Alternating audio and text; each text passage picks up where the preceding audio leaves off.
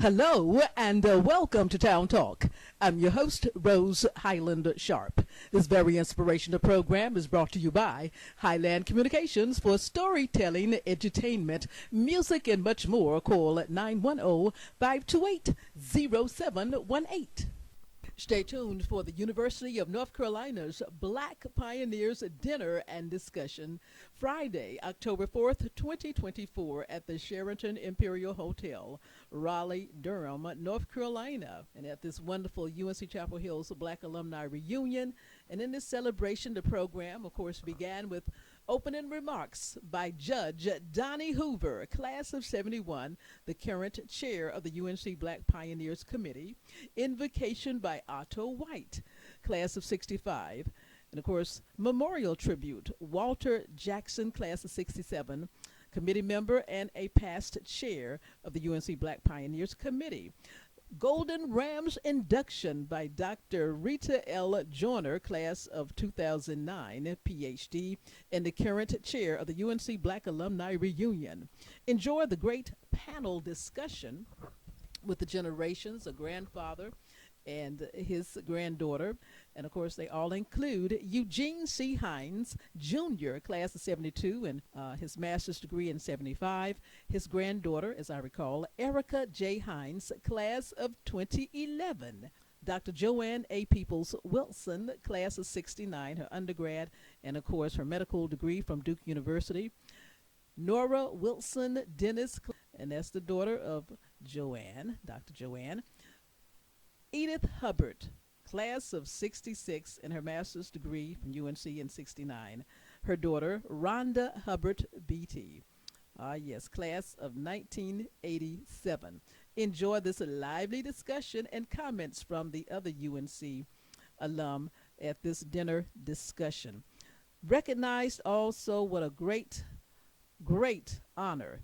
Induction into any honorary society indicates that has attained a high degree of accomplishment. It is with a debt of gratitude, admiration, and love that the UNC Black Alumni Reunion Planning Committee inducts these members of the class of 1974 into the Golden Ram Society. Created in 2007, this honorary society was established to honor Black alumni celebrating their 50th class anniversary. We stand in awe of each of our Golden Rams for their courage, imagination, and resolve to enter an unfamiliar world, compete, and excel during the earliest years of integration at Carolina. So, this wonderful, momentous, awesome Golden Rams induction. You're going to see a number of folks there. Of course, everybody couldn't make it, but you will see the faces and see everybody receiving their accolades and certificates. Sit back, relax, and thank you for tuning in to the University of North Carolina's UNC Black Pioneers Dinner and Discussion. Go Hills! Just a note and a reminder that these wonderful videos on behalf of Town Talk TV, Rose Highland-Sharpe, can be seen on my Rose Highland-Sharpe YouTube 24 hours a day, and they're seen on Spectrum Cable 3, WIBE TV, Southern Pines, North Carolina, and also included in a collection at UNC libraries, Southern Culture, under my name, Rose Highland-Sharpe, and then under that, Black Alumni Reunion Programs, and inclusive of the UNC Black Pioneers dinners and brunches and lunches and so forth, going back to about 2010. There has been a slight halt on the uploading of these programs to UNC libraries since 2023. That's okay. They're going to get back to it. But remember, 24 hours a day you can access these wonderful videos, Town Talk TV, for UNC Black Pioneers dinners and anything that's the inspirational services, those kinds of things with the UNC Black Alumni Reunion. Thank you so much. We invite you to this gathering of UNC Black alums who pioneered in the journey to make this institution the University of the People. More than 3 years before Rosa Parks refused to give up her seat and on the bus in Birmingham, African Americans began to integrate the University of North Carolina. In 1951, Kenneth Lee, Floyd McKissick, James Robert Walker integrated the UNC Law School, and later, in the mid-50s, Ralph Frazier, Leroy Frazier, and John Lewis Branson became the first black undergraduate student. God's presence in that struggle is evident by the life and contribution of those who participated. We are thankful for the courage and pioneering efforts in which black pioneers experienced in surviving the segregated barriers and racist obstacles that existed on this campus and the community. Many of the African Americans received their UNC education during the periods of no's.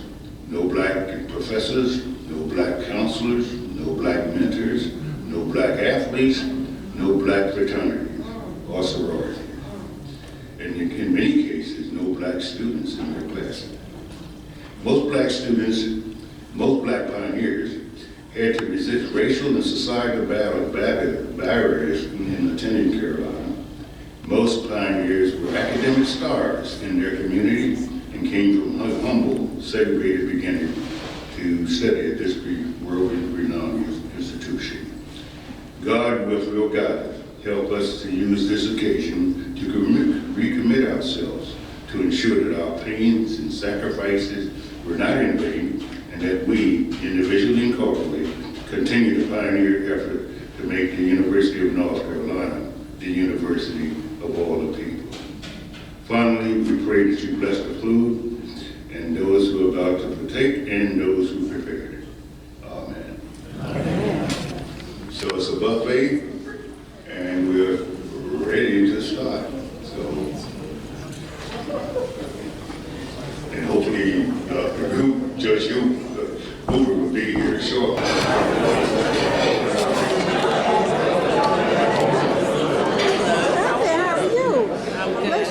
Oh my goodness. Look at this. Rose, how are you, my friend? God bless you, my friend. Thank you, Good thank you. to see you. I've been searching for you. Thank you. Just a joy. Thank you. How sweet, how you doing?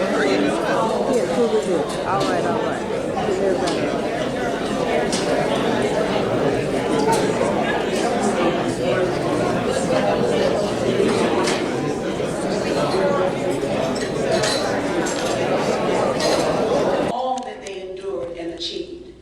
It is because of their patience, strength, and commitment to academic excellence that we are all members of the Carolina family. I am pleased to officially present members from the class of 1974 with a special token to certify membership in the Golden Ram Society. At this time, I would ask the following Bar Hills to come forward to accept this token of gratitude and love. You can clap if you want to. I'm not going to say a little applause. But this is what you'll have to do. If you clap for one person, you got to clap for everybody. So, your choice. So let's begin. Delton Atkinson.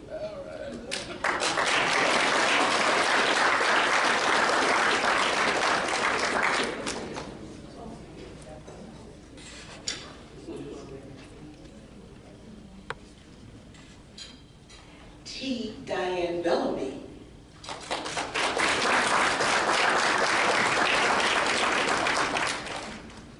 Maxine Brown Davis.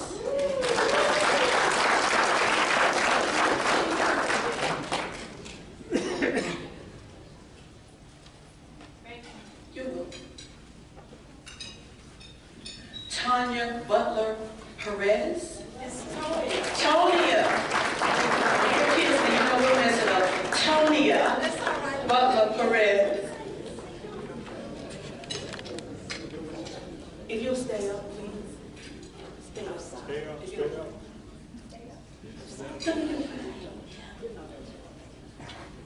Real bad.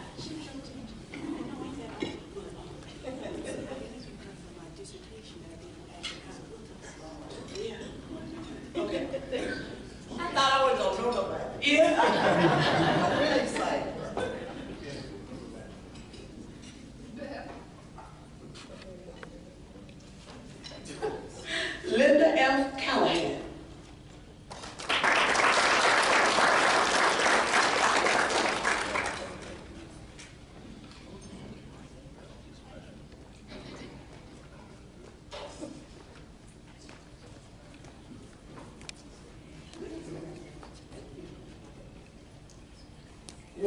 J. Carson.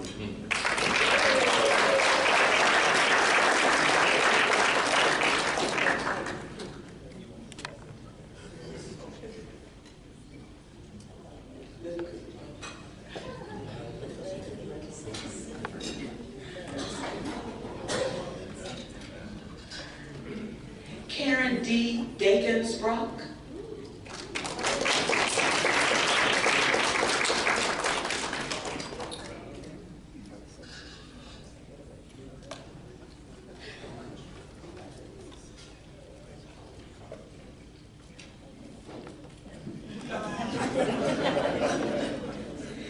Henry D. Devlin.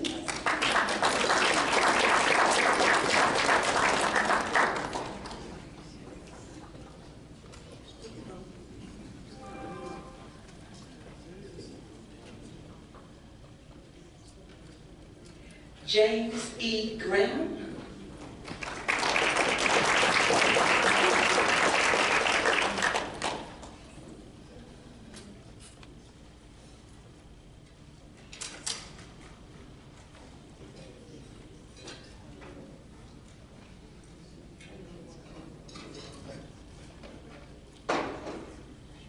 Edith W. Harvey.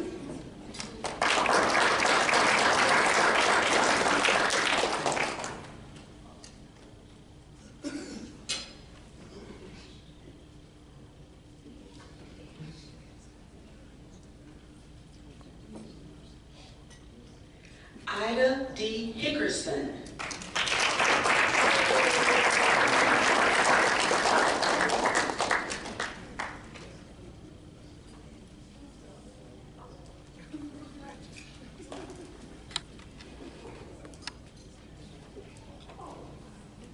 Michelle A. Hines.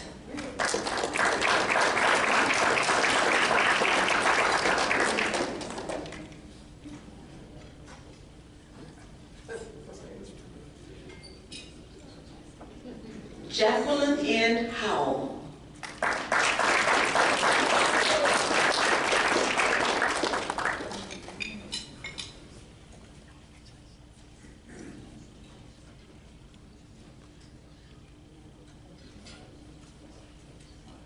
Floyd J. James.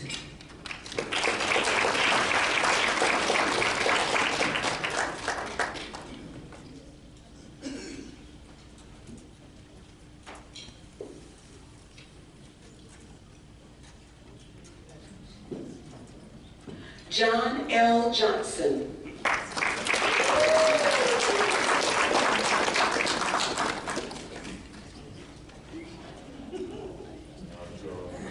Alan G. Mask.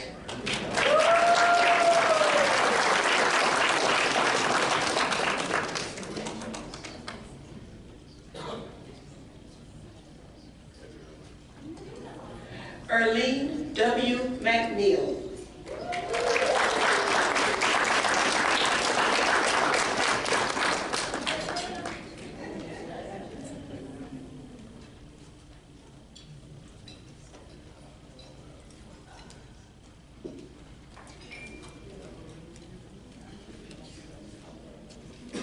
Ron B. McNeil.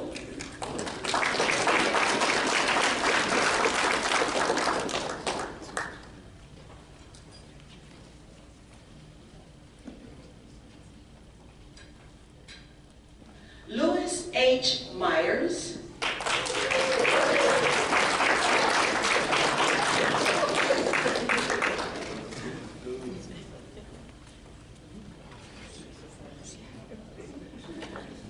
Joanne M. Hedgeford.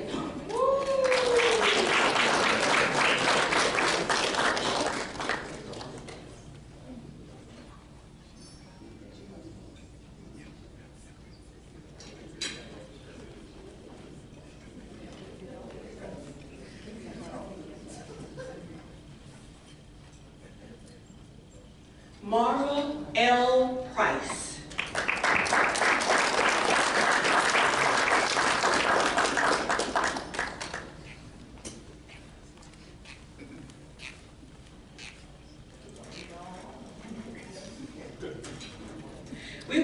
expecting our photographer to be here by now, so we will not have the official photo op until he gets here. So our awardees, please be mindful when this is over and the photographer is here, we're going to need to get a group picture of you at the end of the program. Would you please give these wonderful Golden Ram Society inductees a wonderful round of applause.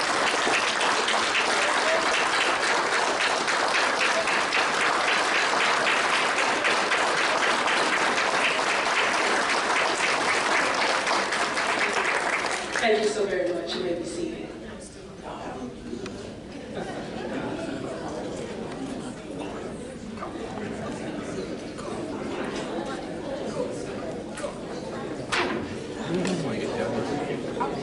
Those Golden Rams unable to join us tonight will receive their tokens at a later date.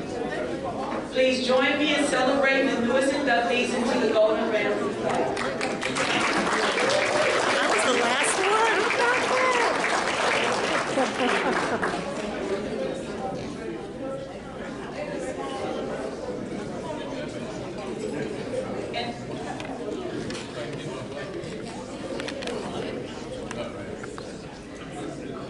And again, we have a Golden Ram in the room that was not on the list. So if we would please give a round of applause for Michael Simmons.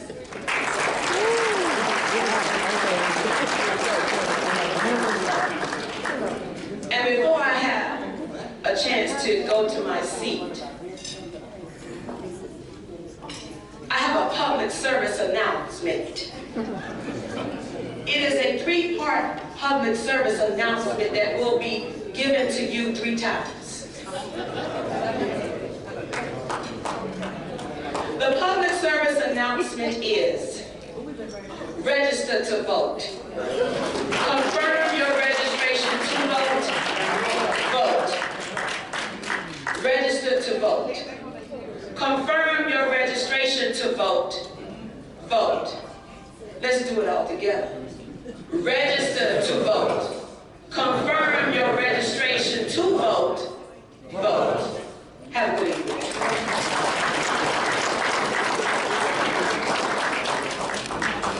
Good evening. My name is Donnie Hoover. I am from that illustrious class of 1971.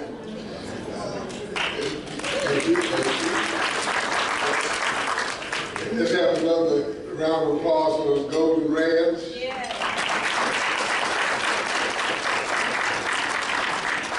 And I'd like to add to what was just told to you about voting.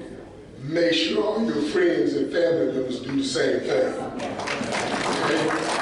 Yes, all of your friends and family. At this time, we're going to ask Brother Walter Jackson to come forward and recognize our departed pioneers.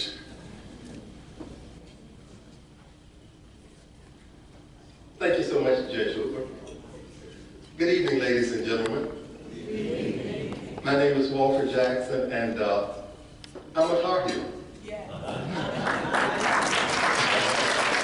Now, if you've ever been in Carmichael Auditorium, when they do it on the billboard and Michael Jordan says, "And I'm a Tar Heel," the house erupts in applause. I keep thinking that one day I'm going to get that. Ladies and gentlemen, my name is Walter Jackson, and I'm a Tar Heel.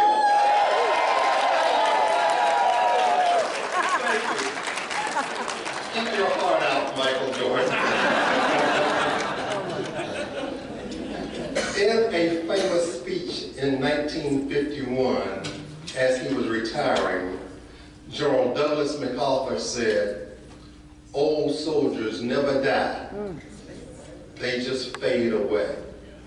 And like old soldiers, Black pioneers are fading away. And we will continue to fade away until we all are gone. That might be a few years from now, or last night we celebrated the 106th birthday of Professor Hortense Horton. So it might be a ways down the way until the last pioneer fades away, but it will happen. So some of you might better identify with that with some words from a song Lou Rawls sang, in which he said, "Someday there won't be any more old folks. What a lonesome old time that will be."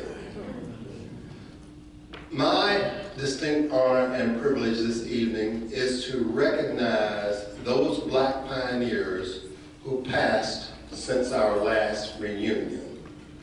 A few years ago in Chapel Hill, we had a ceremony in which we recognized all the Black pioneers who had passed up to that time.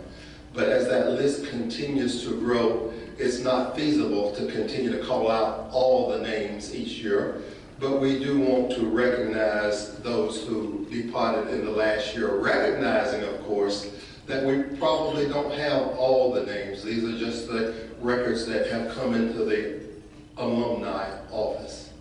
So starting with the first class, the class of 1955, and by the way, the first Black undergraduate didn't finish until 1960, so any of the two names I call out before 1960 were graduate or professional students, as well as some of those who graduated after 1960. By the way, speaking of Michael Jordan, I had intended to say this also. How many of you all were at the university before Michael came?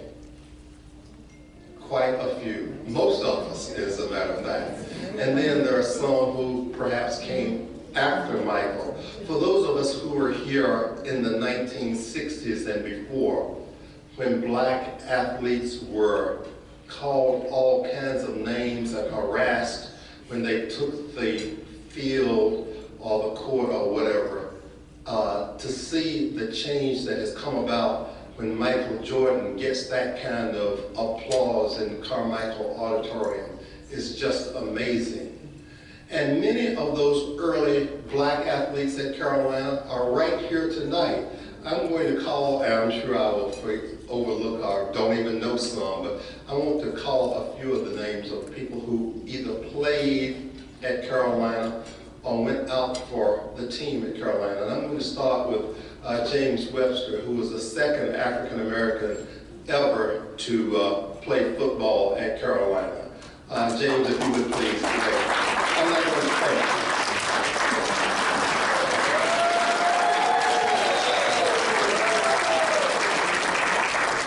Eugene Hines, who came around that time in football.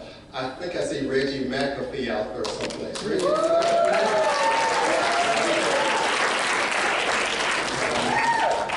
Mickey Hickerson, one of the first Black baseball players.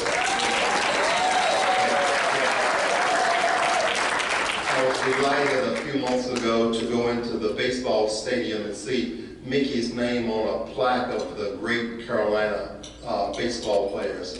And I won't forget my own classmate, the Honorable Melvin Luther Watt, who went out for the baseball team. Mel, Congressman Mel Watt.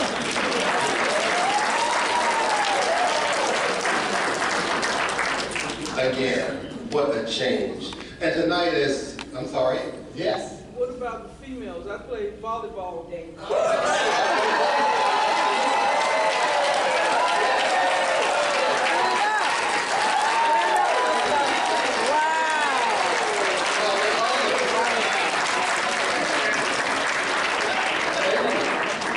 That oversight on my part, because of course when I was at Carolina, there were, as a matter of fact, Charlie Scott came my senior year to become the first African American to make a team at Carolina, and certainly there were no Black female athletes at that time. So are there others, either before or since, who played sports for Carolina? If you would please take a bow. Okay. And I want to recognize the second. All right, wonderful. Thank you. He said he can't stand. Let's give him.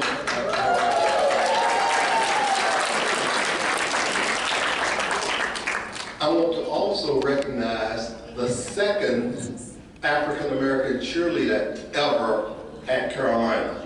David Belton. David,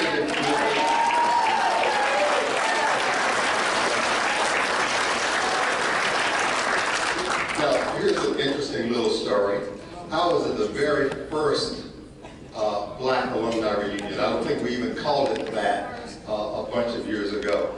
And they were calling out accomplishments and the history of African Americans at Carolina. And they said, and David Belton was the first Black cheerleader. And I said, oh, no, he wasn't, because my roommate, Jimmy Womack, was actually a cheerleader in the 1960s, but that had been totally lost to history by the time that David came along. But still, David was a trailblazer in his own right, and I thank and commend him for that. Okay, with that, let me get on with the business at hand, the task that was assigned to me. So starting with the class of 1955 of departed Black pioneers, we have Oscar Lee Diggs. In 1959, the class of 1959, Ralph Kennedy Frazier. Ralph Kennedy Frazier was actually one of the first 3 Black undergraduates to come to Carolina from my own alma mater, Hillside High School in Durham in 1959, along with his brother. But they did not graduate. So the first African American undergraduate from Carolina in 1960 was the late David M. Dansby Jr., who died within the last year. In 1964, we lost 3 Black pioneers. And if I can read my own writing here, it was Melva Wilson Costa, Marshall Edward Redding, and Edward Vernal Ellis. From the class of 1967, my class, we lost Inman Burford Parker within the last year.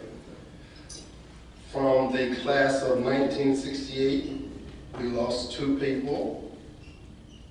Mark, oh my goodness, what horrible writing. Harold, I believe it is, and Jesse Harry Gibson.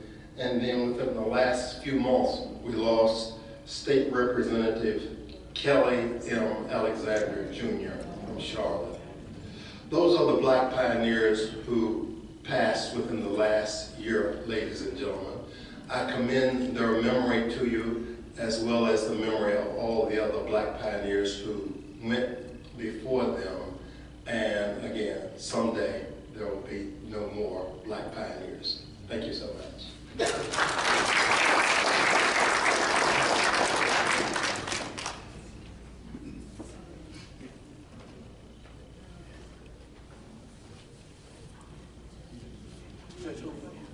May I?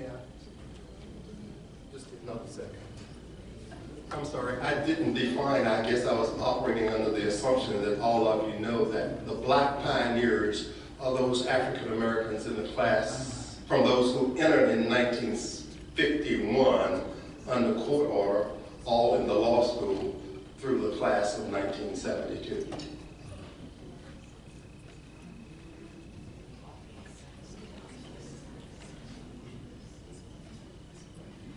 Me again.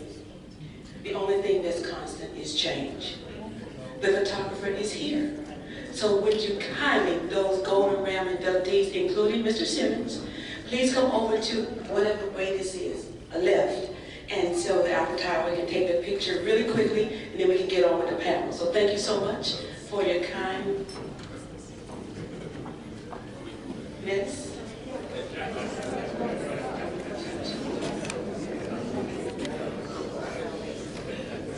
This would be a good time to take a bathroom break, those of you who are not part of the Golden Ram selection.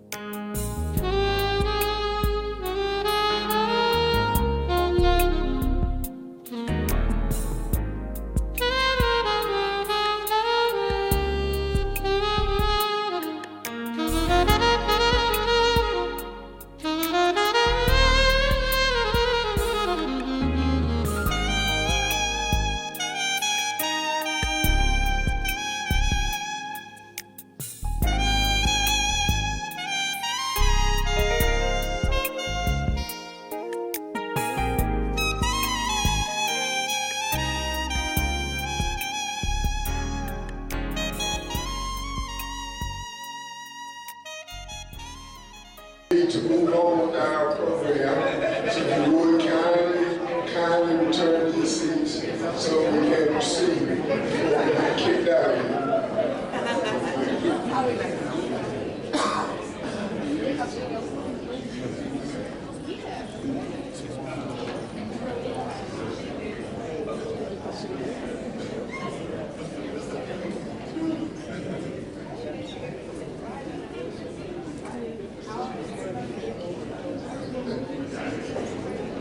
Very much.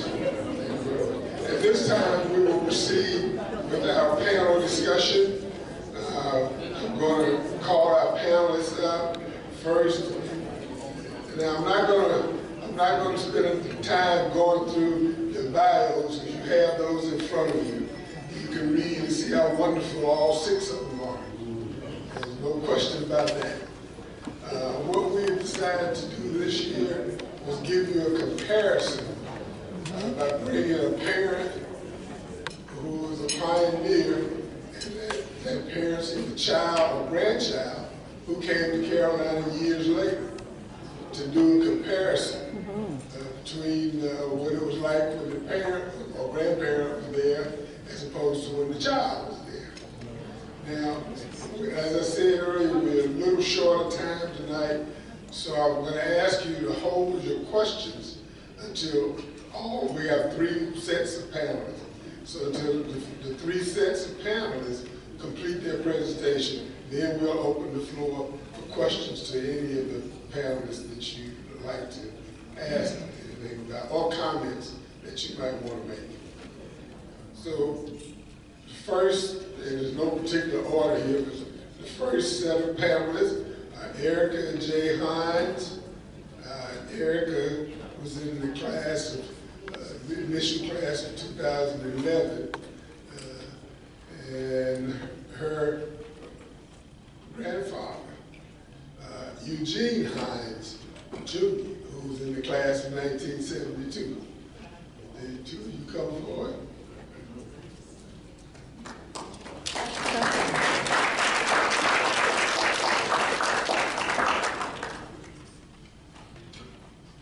The next set of panelists, Nora Wilson Dennis, who was in the class of 2001 at UNC, and her mother, Joanne Peoples Wilson, who was Dr. Joanne Peoples Wilson, who was in the class of 1969.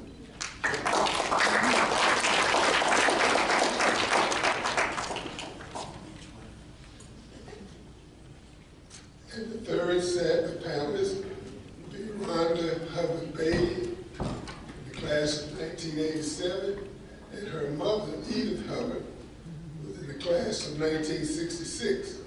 And I will tell you that Edith was the second Black woman to earn an undergraduate degree from the university.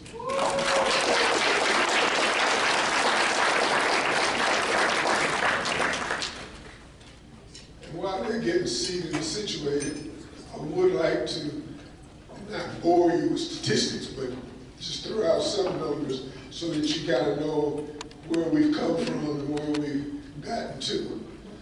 The first enrollments started in the class of 51-52. So between 1951 and 52 and the class of 1961-62,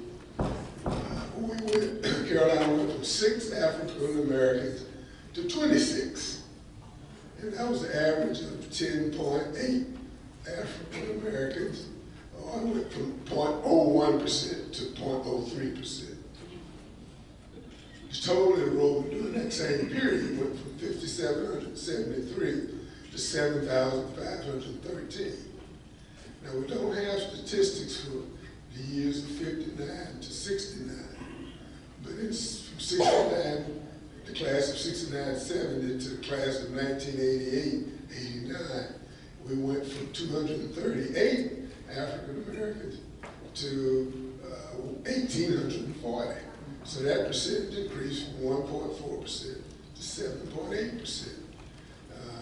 And the total enrollment went from 16,430 to 23,579.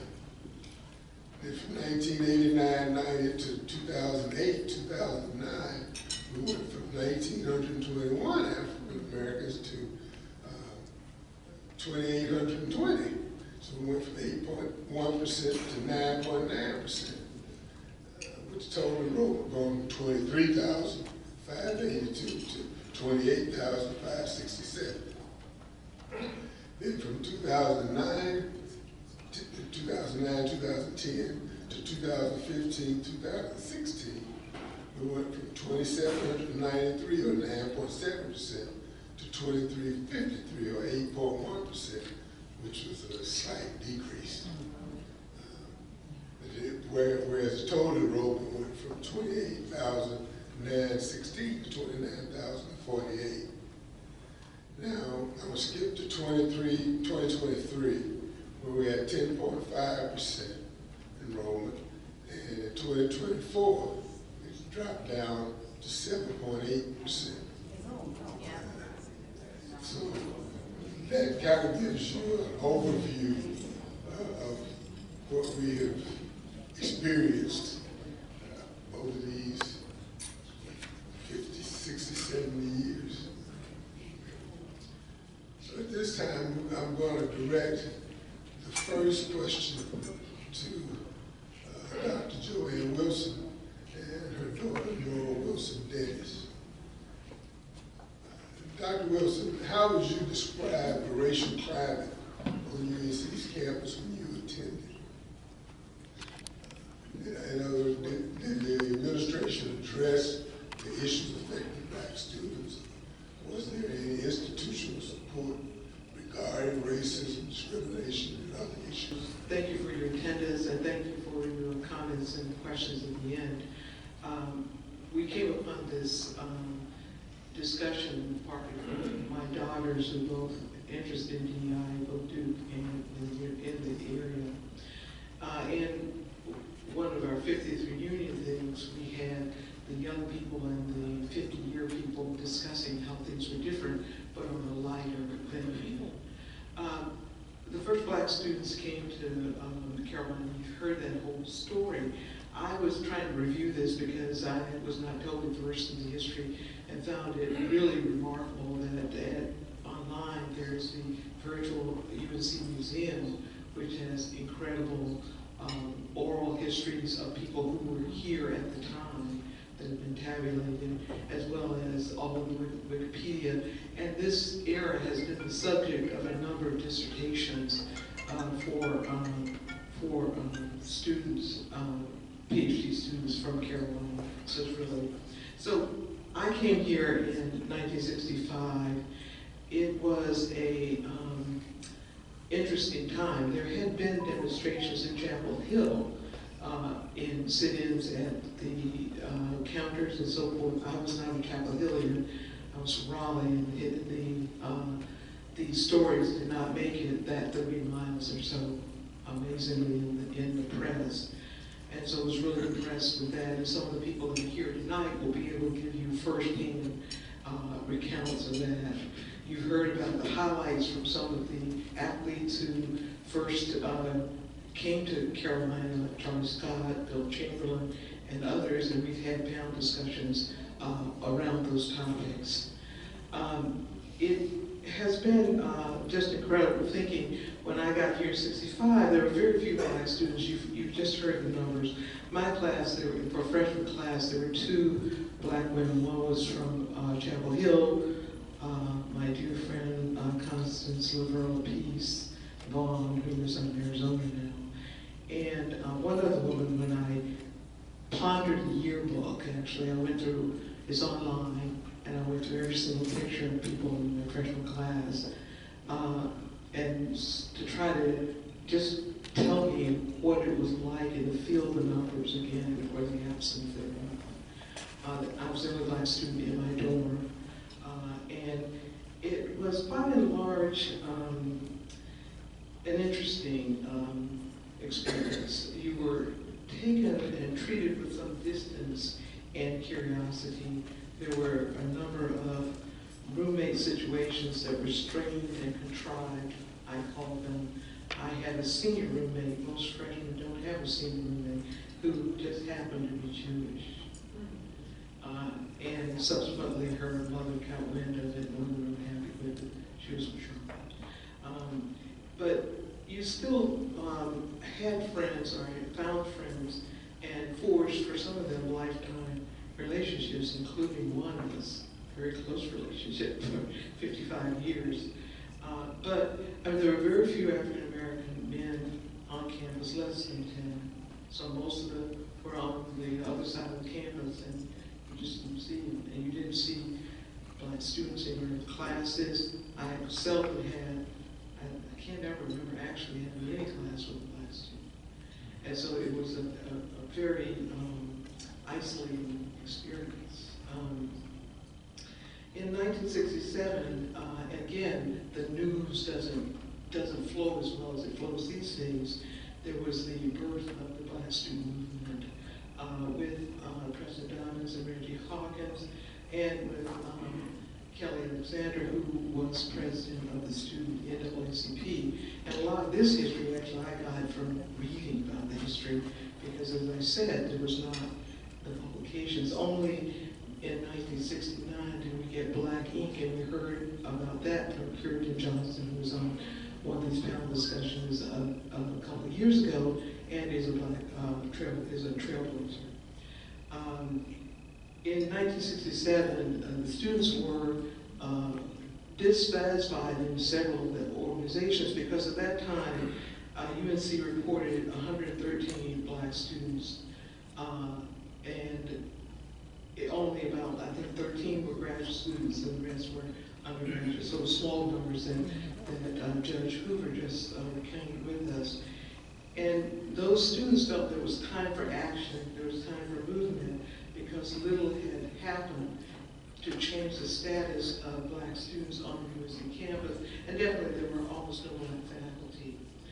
Late in '68, the Black student movement sent a list of demands to Chancellor Sitterson regarding better treatment for the students on campus, but also very embrace the situation of the workforce on campus. And therefore, that war, from that was born of demonstrations with the Lenore Hall workers. Many of the students held very close alliance to the workers there, because those were a number of the only African American Black faces that you saw on campus. They asked for more opportunity, more representation of students on the campus, and inclusion of community members. They also wanted the founding of a Black students representation. They wanted a dean of Black students. You will note that it wasn't until about 1980 that there became an office of minority affairs, which I think is the closest we've come to that. The students and faculty and some of the majority of students that were involved were upset by Chancellor Sitterson's responses, in that he basically said educational needs of all races and creeds are respected by the community, but we cannot provide unique treatment for any single race, color, or creed. But open discussion and faculty student committee based on minorities and disadvantaged. So a study group. That was followed by demonstrations in the partnership with the cafeteria workers, strikes, and so forth. There was picketing, and subsequently, because of some unrest in the cafeteria, the police were dispatched for arrest in the cafeteria and in Manning Hall. This sort of smoldered on, from what I can tell from my reading. I was a student here, but I had become very ill during my second half of my senior year, and I personally had not witnessed a lot of this unrest, except for some of those police officers at Lenore Hall. And I had a dim vision of that, and then I saw the picture, and it brought it back to me totally, of the police officers lined up in front of Lenore Hall after the sort of minor disruption of turning over tables, which we wouldn't think too highly of at this point. It's not a huge deal. said, in late 1969, Black Ink was founded, and there were other publications and more acknowledgement of these happenings. One very interesting thing that came out of all this was that the salaries of the Lenore Hall workers were increased to the dramatic $1.80 an hour. Remember now the minimum wage is still $2.39, which I was trying to marvel. But in 1975, the rest of the 60s and 70s, there wasn't a lot that happened that I found. I obviously had left, and some of you may have still been here to note that, but it's not recorded in history except for the challenge of one of the presidents of the BSM to the Duke lecture on campus in 1975. And he was arrested. I should go back and say that Julius Chamber and Adam Stein did represent some of the students that were arrested in 1969, which I thought was remarkable. So what I can say is that subsequently, by 1979, and we're now out of the 70s, the African American Studies department had been established. There was unrest because Dr. Stone did not get tenure, and there was again protests, and subsequently her tenure was established, and the Office of Minority Affairs was instituted on the campus. So that there we're into the 1970s, but really not until 1980 was there some semblance of recognition of those demands from the Black student movement and other organizations starting back in the 60s. I do think that there has been only forced measures at that time, and no, there was no institutional support. So long! Am I supposed to talk now? I'm fine. So I graduated in 2001. It was super different. I don't know. I've gone to the School of Science and Math before going to UNC, so I went in with knowing a lot of people of many different races, and I think that just to be Black at UNC by the time that I started there in '97 was like just normal. It was just a way to be at UNC, which is amazing when you consider that it wasn't that long, and simultaneously, Sam was still standing, and simultaneously, which, they took care of that, but and simultaneously we would hear, I heard racial slurs at times, like, casually thrown around by, the various white frat boys or whoever else, but I guess I was not afraid of those types of people. I mean, it's like garbagey people, they say what they're gonna say, and I think that we had a really strong intellectual tradition, like there was already, at that point, a really strong African American studies, like very strong intellectual tradition, and I felt like my friends and my community was like pushing the envelope in understanding bias, in understanding racism, in understanding like how fundamental white supremacy and racism were in American culture, like honestly, and like how the extent to which we as Black students were like pushing against something that was just really heavy and really intense and really culturally hard to get. I mean, I think it was very hard to get your average like white student to really recognize the amount of privilege that they had. Like we were into kind of like the colorblind like 90s era where people sort of were like, oh, there's no problems now. And like, if anything, isn't it easier for you to get into college? And you're like,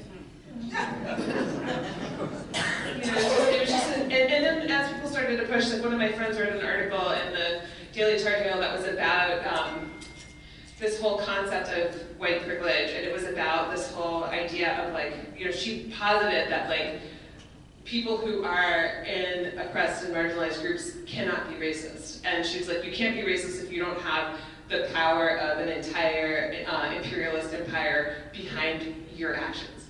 And that was like, that caused some drama, but it was good. It was good trouble. You know, that's good trouble. Like, let's have that discussion. You know, let's have that discussion. Let me let you be a little bit uncomfortable, just for a little minute. And so I think that was where and these things like now seem like really normal conversations, but back in like the late 90s, it was like it was kind of cutting edge to have that kind of discussion because we didn't have the research we have now about implicit bias. So I will stop there.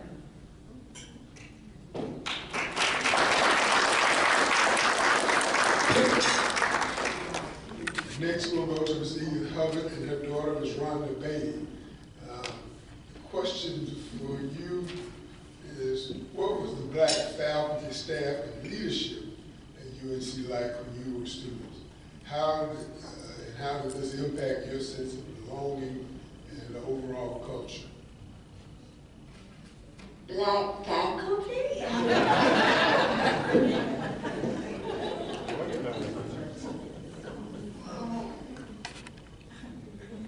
There were none. There were none. So, I don't know what to do with that. Staff. The cafeteria workers were wonderful.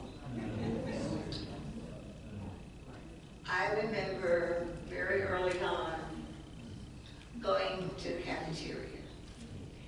Got in line, and I went through the line and wanted to what I wanted. There was always more than I could eat. In some places, many times there were things on the plate that I didn't order. And my rate was always the same. So cafeteria was my haven. It was my haven despite the fact that when I went to a table, all the other tables moved.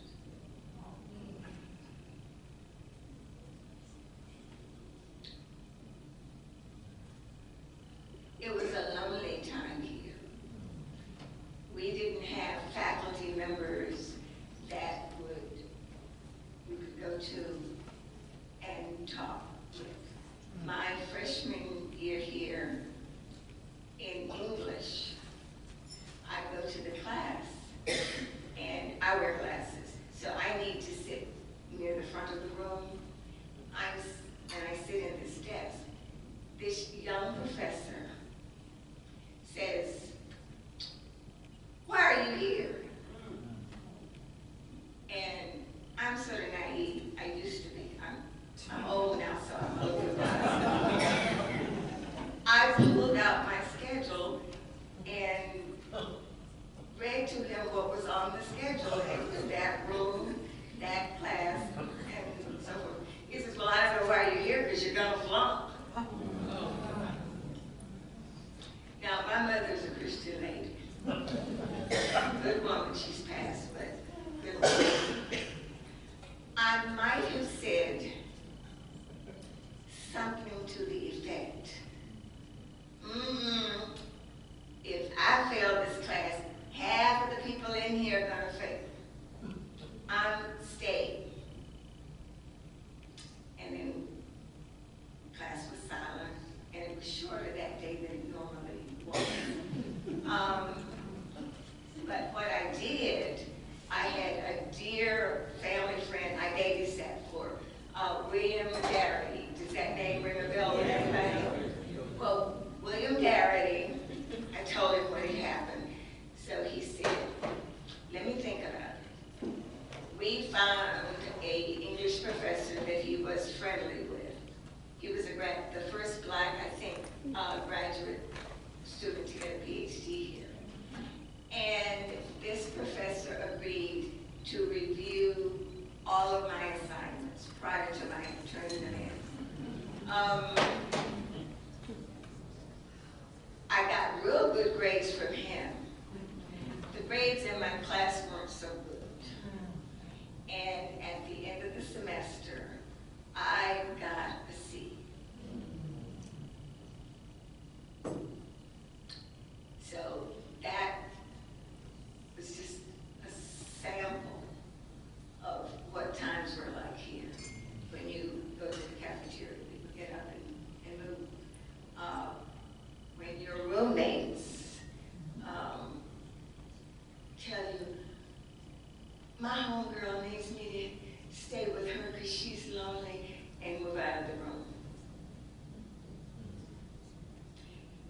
not a good time here.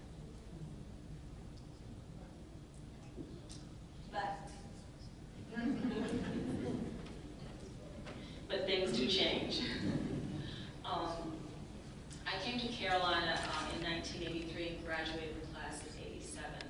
And when you talk about faculty and staff and even roommates, my experience was drastically different than my mom's. So much so that to this day, my roommate, who was a white girl, still is one of my best friends. She's one of my best friends. I'm the godmother to her son. And so when I came to Carolina from Sanderson High School in Raleigh, I already knew what it was like to go to a predominantly white institution because of what my high school was. At Carolina, I was a journalism major, and there were 2 black professors in the J school, and that was my safe place. Harry Amana and Regina Sherrard, if there are any other J school students here, there we go, would know that those are your parents, even though Mom was 4 miles down the road in Carborough by the time. So I wasn't very far from my safe place. But it was nice to have professors who looked like me and understood what it felt to be me in the J school.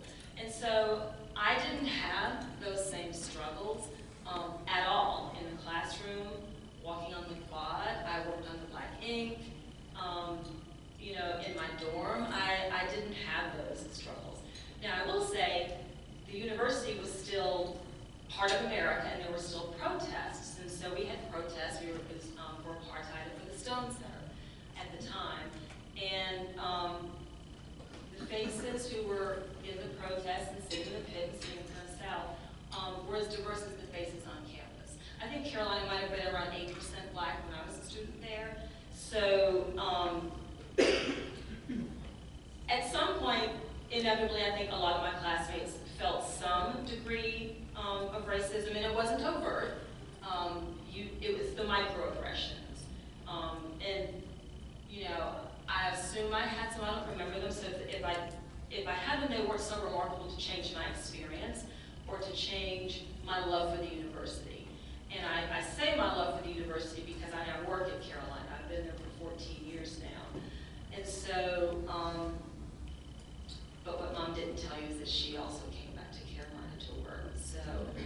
So things can change. Things can change. And our daughter, my husband is here also. He's the class of '87 from the law school. Our daughter went to Carolina, so we've got 3 generations. She graduated the class of 2015.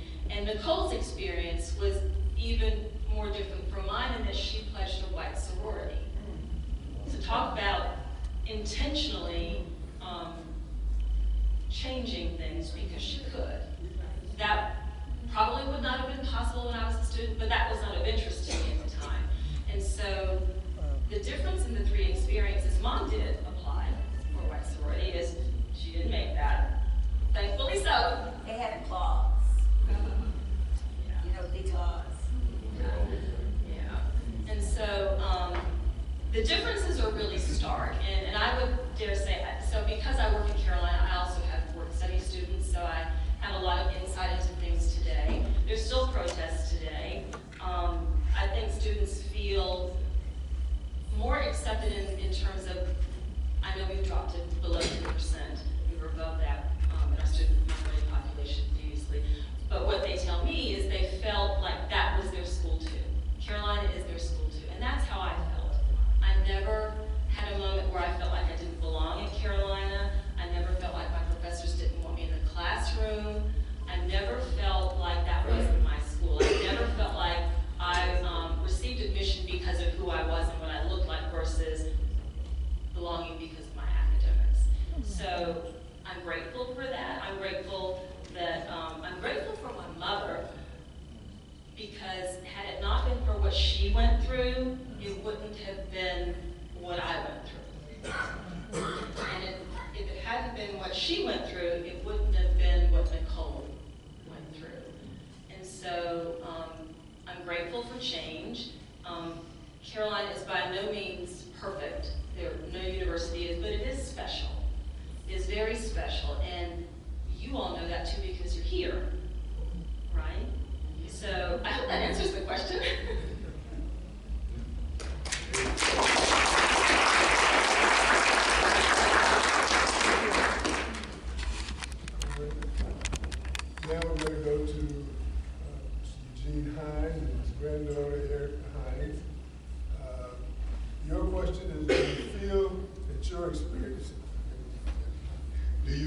that your experiences as a black student on UNC campus will impact future generations? And do you think the present posture of diversity, equity, and inclusion will alter that impact?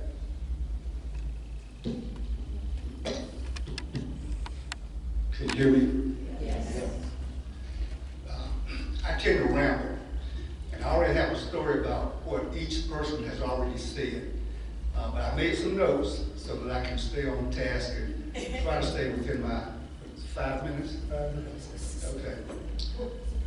First, let me recognize my wife, Judy, who came all the way from Charlotte with me.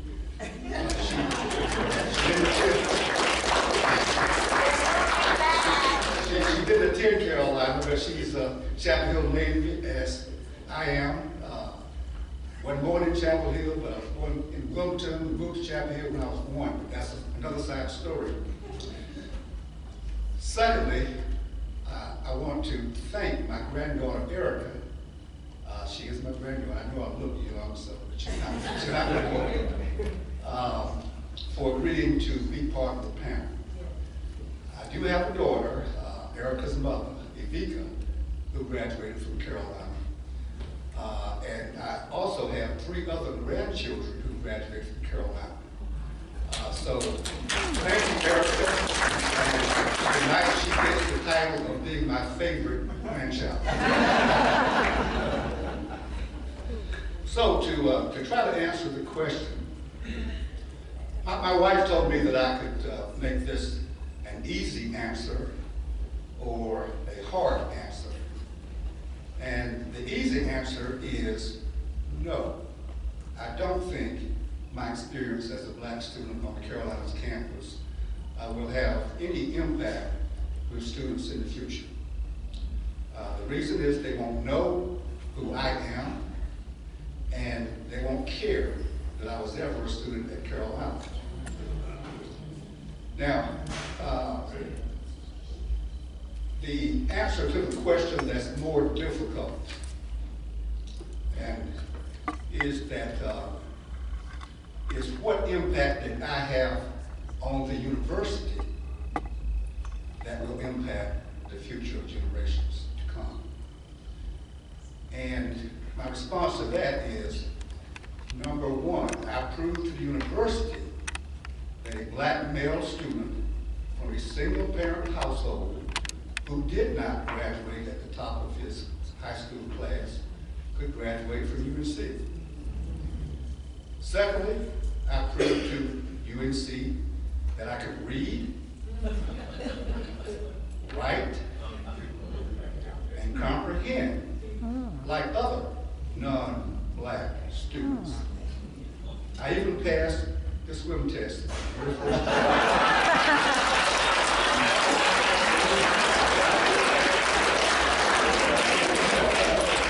Not contaminate food. I proved that I could be on time and pass the attendance requirement. Fourth, and most of all, I proved that I could be a productive resident of the state of North Carolina and the country, who contributed to our society in a positive way. At least I hope that's what you see when you read my biographical information. Allow me to give a few words of caution.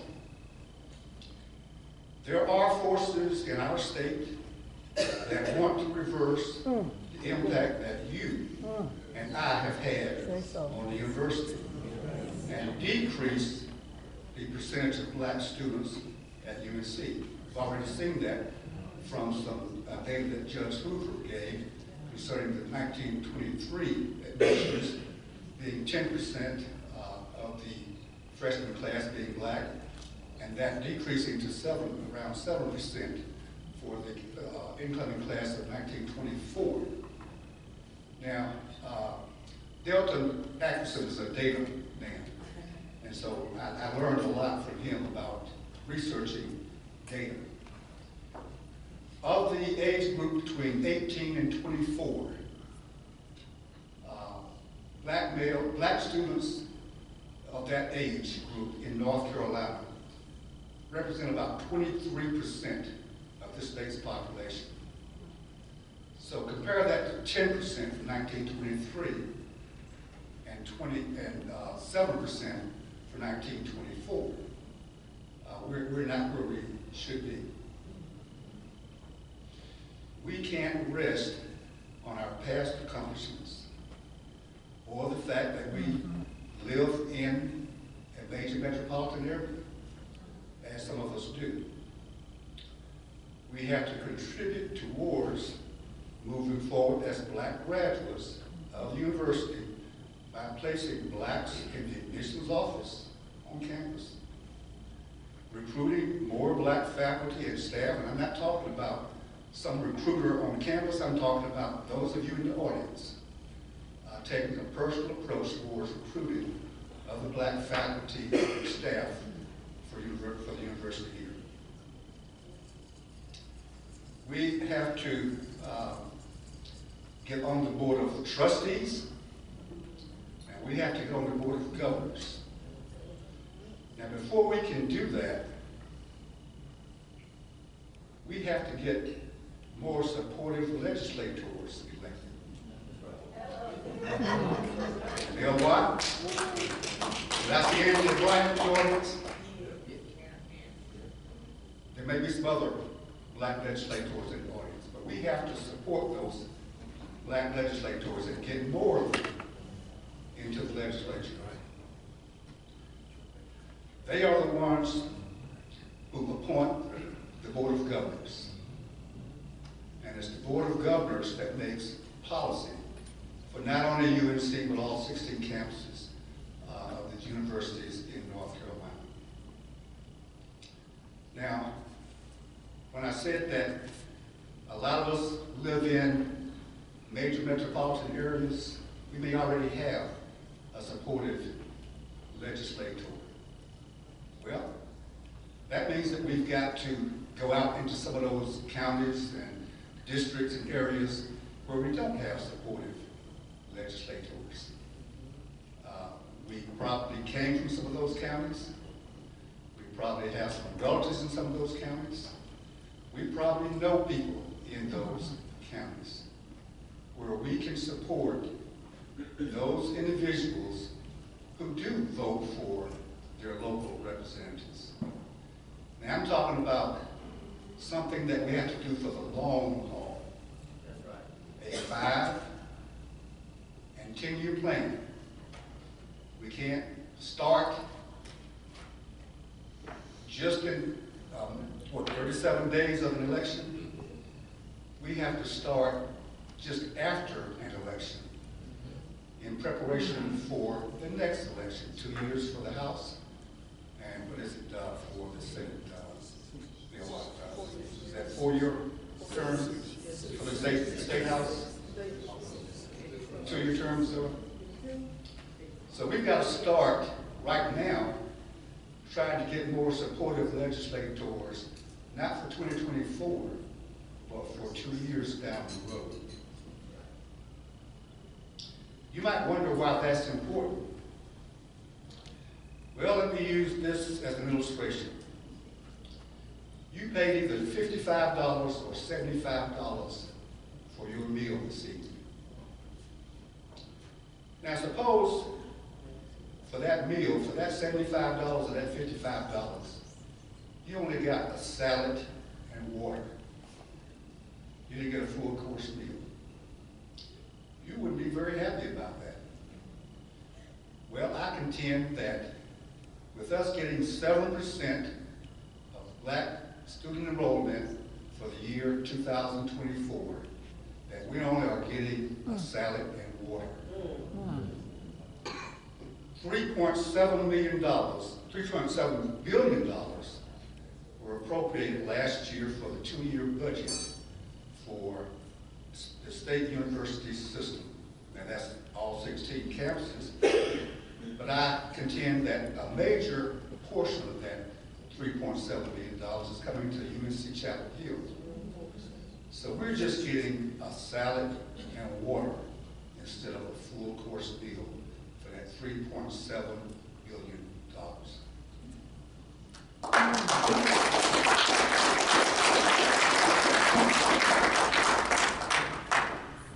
Good evening, everyone. First, I just want to start by saying thank you to each of you. The question I had was whether the present posture on diversity, equity, and inclusion will alter the impact that each of you and my granddad had on the university. And I'm actually personally really optimistic about our future because of that long-term planning and because of the community that you see here in the room. I graduated from UNC in 2011, and I had the benefit, the luxury, really, of having a very Black experience. I came to Carolina, I immediately looked at the Deltas, and I just stayed there. Hey, Swords. So I honestly, I have no thoughts or issues with my experience at Carolina. I've had a wonderful experience and still feel very close to school. But that's not the case for campus now. And so when I think about the students that are on campus, what they're coming up against, and I look at the community here in this room and the people that aren't here with us right now, but feel really strongly about the UNC community, I'm really optimistic about the opportunity we have to be creative. We don't have a structure that's going to support us at the school, but we have a community that's willing to take what we need, create what we need, whether it's giving extra food to Black students in the cafeteria, whether it's reaching out through faculty. I've got classmates, class of 2011, that are professors at Carolina. And so we have a really unique opportunity to work outside of the system until we can get back into the system. So going back to the state legislator, going back to registering to vote, making sure you're registered to vote and voting, I'm really optimistic for where we're going to go despite the road bumps that we continue to face.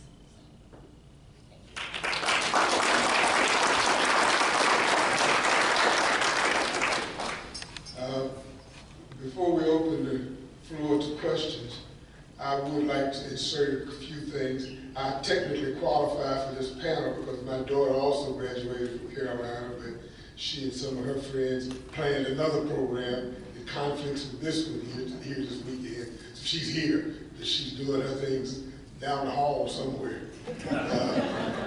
In any event, I just wanted to maybe fill in a few blanks here. I was here when the BSM was started. I was a part of that group that started the BSM. We were all members of the NAACP, and we tried to get the NAACP to do the things we wanted to do, but Kelly, bless his soul, was beholden to his father, who was the state chairman of the NAACP. And his father wouldn't approve of what we wanted to do. Well, it was rather radical and militant, but we were going to do it anyway. So the only way we could figure out to do it was to start a new organization. So under the direction of Brother Preston Dobbins, Brother Hawkins, Reginald Hawkins, we formed the BSM. And our first order of business was the cafeteria workers strike, which was accompanied by our list of 23 demands of the university. And one of them was the creation of the African American Studies program.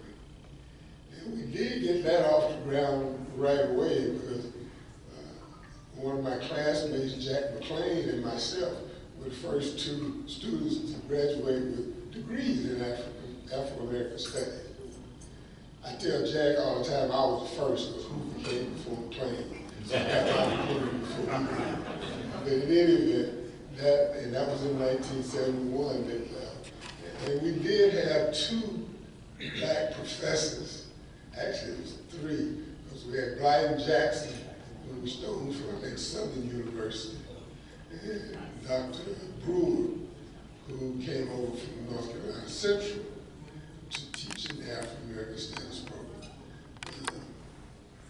So we did get that off the ground. I think most of you know the results of the strike. Joanne, I was in that group that went through the Noah Hall turning over tables. It was quite frightening. The interesting thing was there wasn't enough of us to do it. All right, so we had to go to Carver, Chapel Hill, and recruit some other brothers. It was mostly the Chapel Hill and Carver brothers who would turn it over the table. We were just kind of walking with them. They enjoyed it. And we talked about the kids that got arrested. That was when they came to kick us out of Manning Hall. I don't know if you all remember, the law school used to be in Manning Hall, which is right across the alley from the north. And they had built the new law school and moved in, and Manning was vacant. So we clandestinely took over Manning Hall. And that was our part of operation. So when they figured it out, they sent about, understand there weren't about maybe 20 or 30 of us. They sent about 50 police over to kick us out. But the problem was they hemmed us in. They had one line up by the north, and you remember that was an alley going down because the baseball field was right there where the library is now. So they had one line on the alley side and one on the bay, because there was nowhere for us to go. And I was standing there, I remember very distinctly. I remember I was a 235-pound tackle in high school, and I was one of the ones who did go out for the team that didn't make it here. The coach Dooley said he only needed one black a year, and they had Ricky Neal. So I realized after about 4 days, they had no interest in me. So, but in any event, that night when they came to kick us out, this little white cop came up to me and just kind of talked me through his teeth. Why don't you just go ahead and leave? I said, well, I'll leave, but we're going to do this gracefully. I said, I'll back up slowly, and you just walk behind me until I get to the end of this alley, and then I'll go back to my door. Meanwhile, I saw Jack McClain go up over a police car and down. Larry White, I went up in the air. So I thought I did the best thing to negotiate with my officers. I walked out the alleyways. That's the only reason I was in the court craft. Those were some days. The distinguishing thing I remember with my daughter, when I went to visit her one time, we were walking down the sidewalk, passing some other black kids, and she didn't say anything. And I asked her, I said, don't you know these folks? She looked at me like, no. I said, how can that be? I said, when I was here, we knew everybody's first name, last name, mama's name, dad's name, and where they were from. How can y'all not know each other? She must tell me how many there were, and there was no way that they could know everybody. But finally, I'll just congratulate Eugene, because it took me 2 semesters to pass that swimming test. This time, we're going to open the floor for questions from the audience or comments. Anyone in the audience? Yes, ma'am. Hi, I'm Linda Florence Mollahan, and I graduated from the journalism school. And my comment is, when I was there were no people of color, there were no women faculty. It was all white men. But you had a couple of leaders. I just wanted to respond. But you had women there. There were no women at that time. Obviously, a very scholarly, illustrious panel. Thank you so much for your presentations. I'm curious, though, looking at the different generations, how you, for example, Dr. Wilson, how you had influence over your daughter with both board-certified physicians, and how you shaped her from a younger age on up through middle school and high school to become a more head scholar and to go to medical school and so forth. What can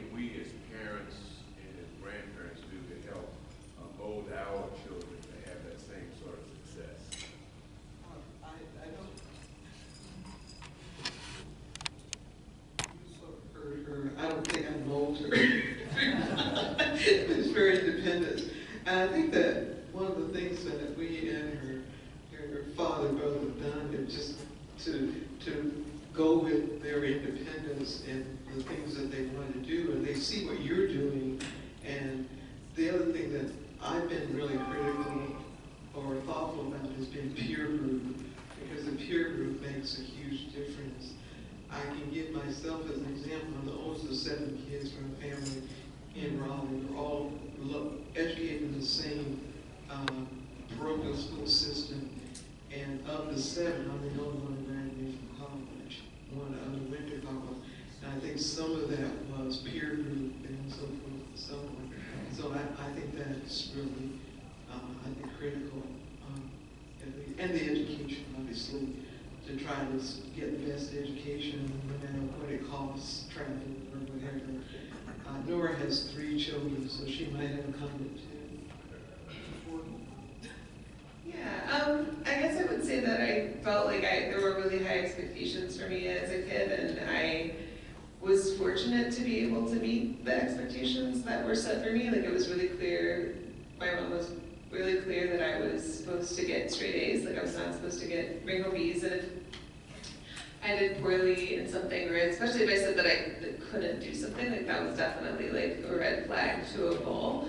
Like, you're not, like you can do it. Like, whatever it is, like at this level, with the competition at the grade school level, like you can do it. And in high school too, like you can do it, you know, like you don't think that you can't do it just because it might even take you longer, if it's harder, anything, like you're gonna do it, and you're gonna study and figure it out, like how to learn to the extent that you can do really well. And I think that, like, again, it depends so much on the kid though. Like, I think that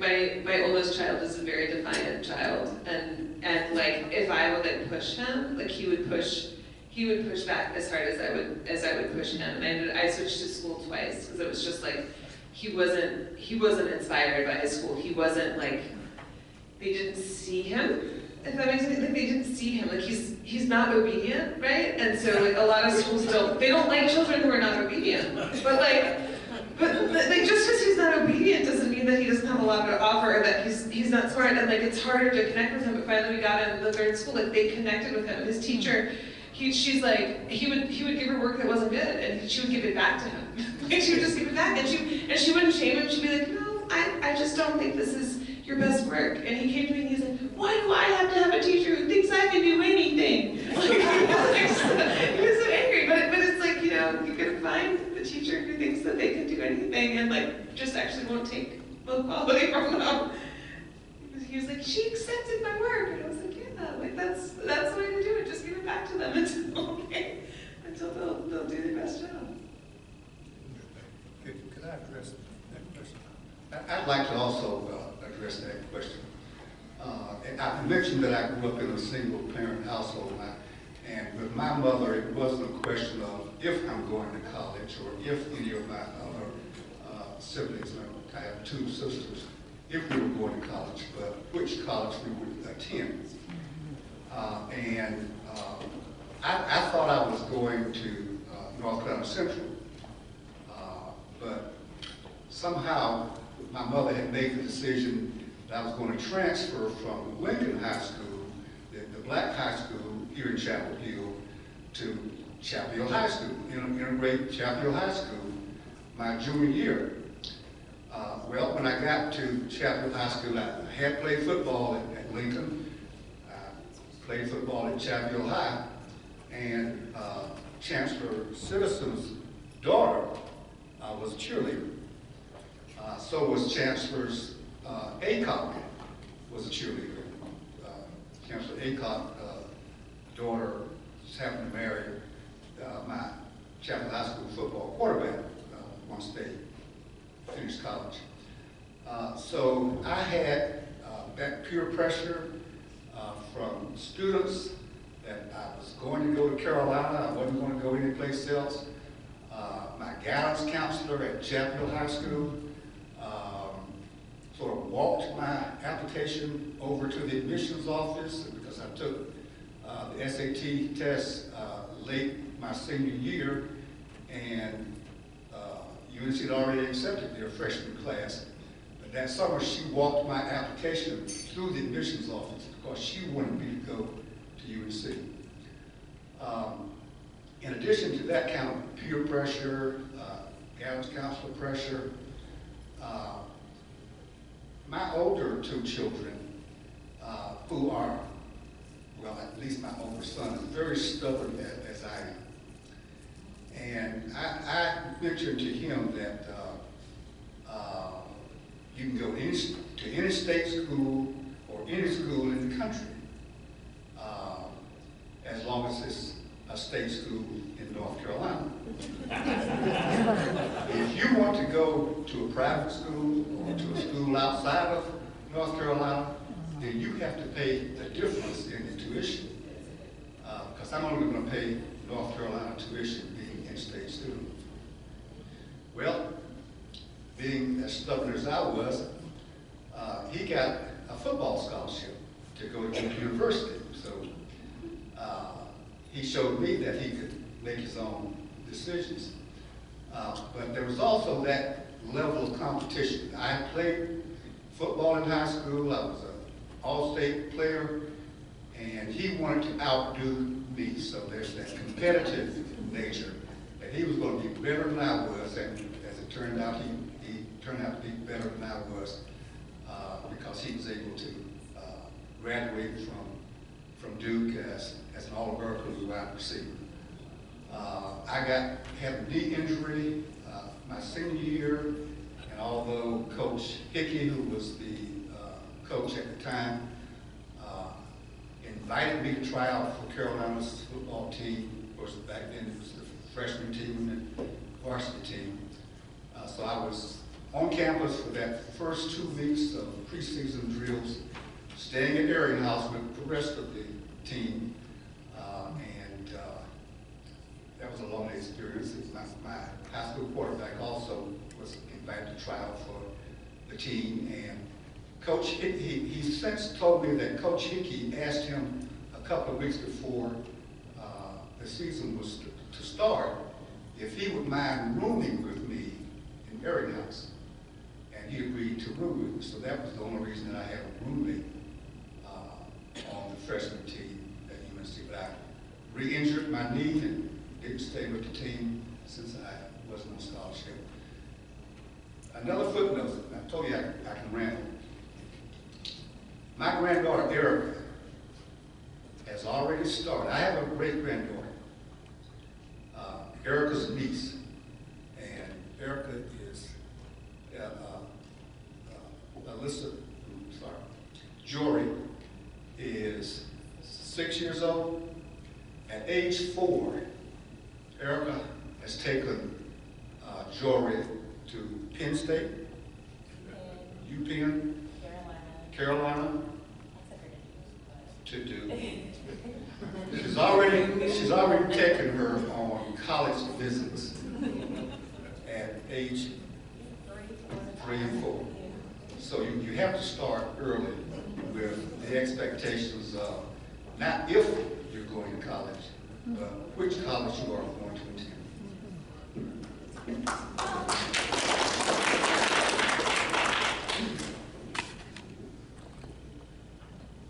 I was going to say mine was far more simplistic.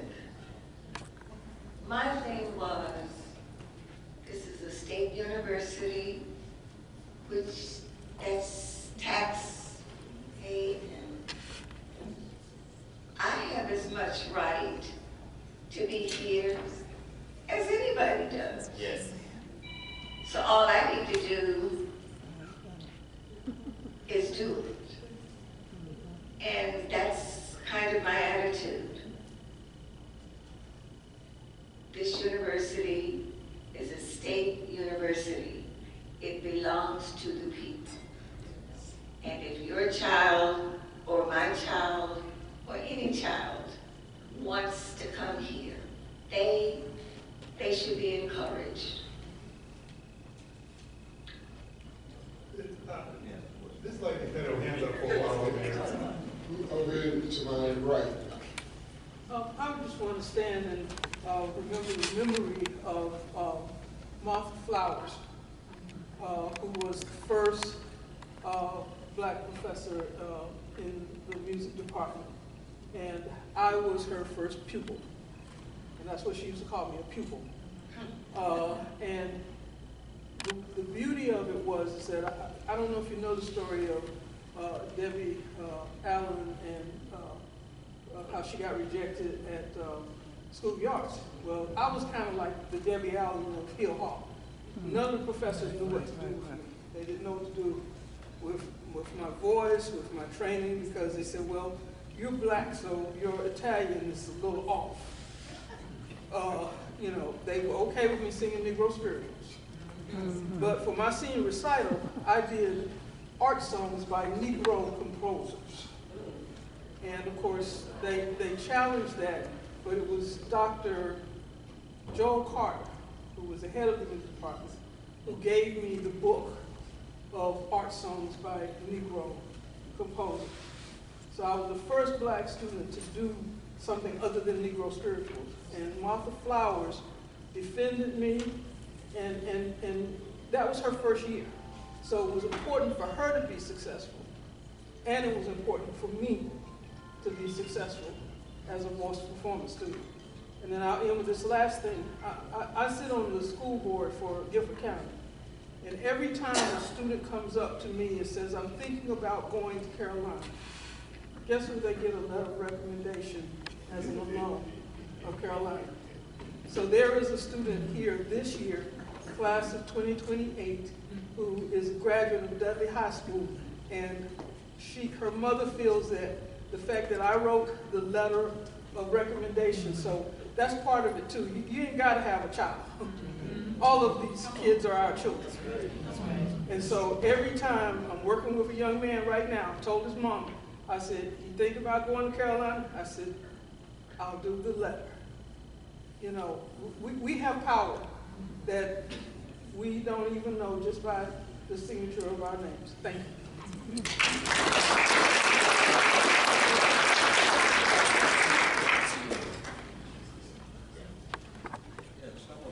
I'm James Graham. I'm a graduate of 74 graduate the medical school here. And I'm a product of Affirmative Act in the 1970s when rules changed for medical schools going into the school. So Carolina has 100 medical students and bring in at least 10 medical students, and I was one of those 10 from North Carolina Central. But my question I'd like to direct to the family here, to the family. And maybe you answered it when you did. You were a bright lady who came to Carolina, all the pressure that you were under and were able to see. But you went through a lot. And not angry, but your daughter didn't have to go through that. Oh, yes, I was angry. I know what I'm saying is, wow. You know, I'm sure your daughter's very bright. She could come to Yale, Harvard, Stanford, whatever. And the question is, why did your experience was so negative?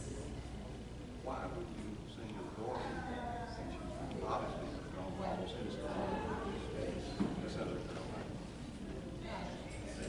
Because somebody has to do the change. Somebody has to do it. She is feistier than I am. See, I'm real meek and mild. But she was prepared, she was ready, she could do it. And when somebody is prepared, ready, help them do it. She was good. She was much better than I was. She had other opportunities. She had other opportunities, but she had friends. And I had,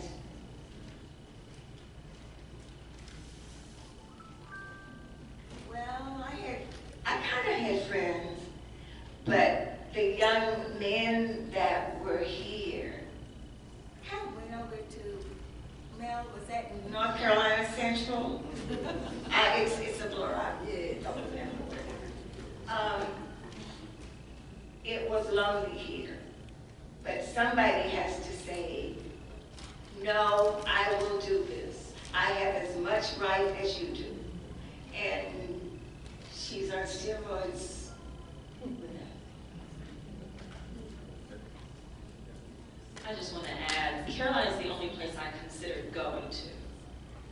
I didn't even apply anyplace else. I wanted to be there. And I think I heard her talk about it, and I knew what her experience was, but I also knew that despite how others made her feel, that was still her university. It still was. There was no reason for me to think that it couldn't also be mine. And I mean, we instigated a little bit of change when I was in high school, so a little bit of that trailblazer was still in us.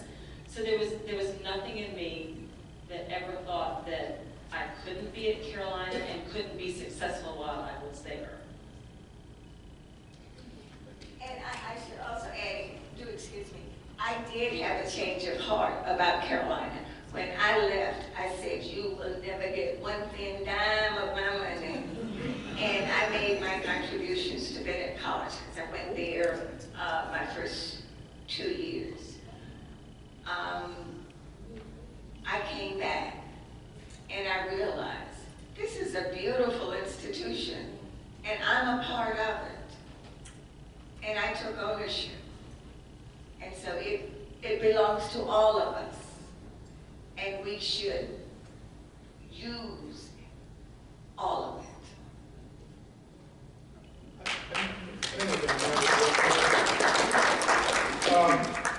My name is Anniv. I'm class of '79. I was in I still call it GAA, Carolina Alumni Building. They have copies of the DTH, and I found their copy of what's called the DEI edition. Yes. If you go to DTH and then DEI edition, it's got the ad blocker things if you get past that. But the whole thing is about all the effects of DEI, where the money's going. So it's good to have all this information. We need to know what's going on now. The students took it on. And so go to DEI, DTH, DEI, that's what I searched, and it came up for me. But I have the paper copy also. Yes. And I just want to echo that. I got that copy. I read it from cover to cover. It is amazing. If I'm not mistaken, I think I'm right on this. The DTH editor this year is national. The first one. The first one, that's right. The history of the DTH. If you read it and you like it, please send her a letter. You can better believe she got plenty of letters about why this is not. She took every column, financial, sports, style, students, activities, opinions, and wrote it from a DEI perspective. The state of North Carolina, business and industry. It is phenomenal. So I encourage you to please get a copy of it, read it, and if you support it or what she did, please send her an email. But it's also good for us too. We can complain about it, but this is ammunition. She gives a lot of information that's good to use to tell people, no, this is what's really going on. The university is saying, Board of Governors and trustees are saying a whole lot of stuff. And the chancellor was at a meeting I was at recently, and he did a good job dancing around and stuff. But they put a lot of stuff in this. So get that edition. I was able to get paper copies out, but it is online. Thank you. Thank you. All right, well, it looks like it's about time us to get put out of here. We're going to have to bring this to a close, and I'd like to take this opportunity to thank each and every one of you for joining us tonight and participating. As long as there's some pioneers left, we're going to continue to try to produce programs that will be of interest to you. So if you have any suggestions, be sure to let one of us know so that we can explore it and see what we can do. Any suggestions for any programs you'd like to see or hear.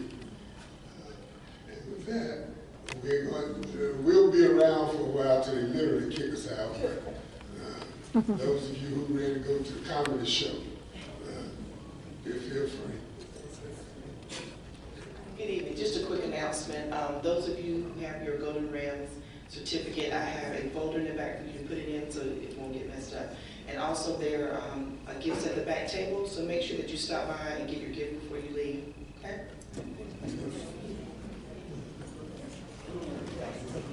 Okay. Judge wants me to tell you what they are. So there's two small stemless wine glasses, so a set of two. So just each person take a box, okay?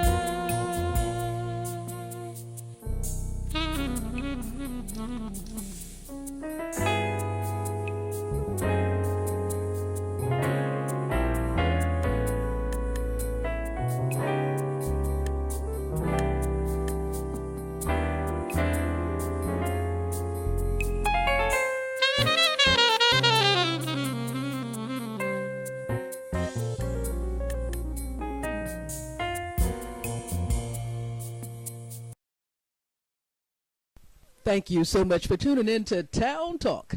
I'm Rose Highland-Sharpe, and as always, I hope you enjoy the show. And honey, remember, some way by God's grace and mercy, if you're walking the walk, you'll be on Town Talk. Take care. God bless. Town Talk airs daily at 11 a.m. and 11:30 a.m. and other times noted in the evening on WYBE TV Spectrum Cable 3, Southern Pines, North Carolina, and on Rose Highland-Sharpe YouTube 24 hours a day. It is a service to the community.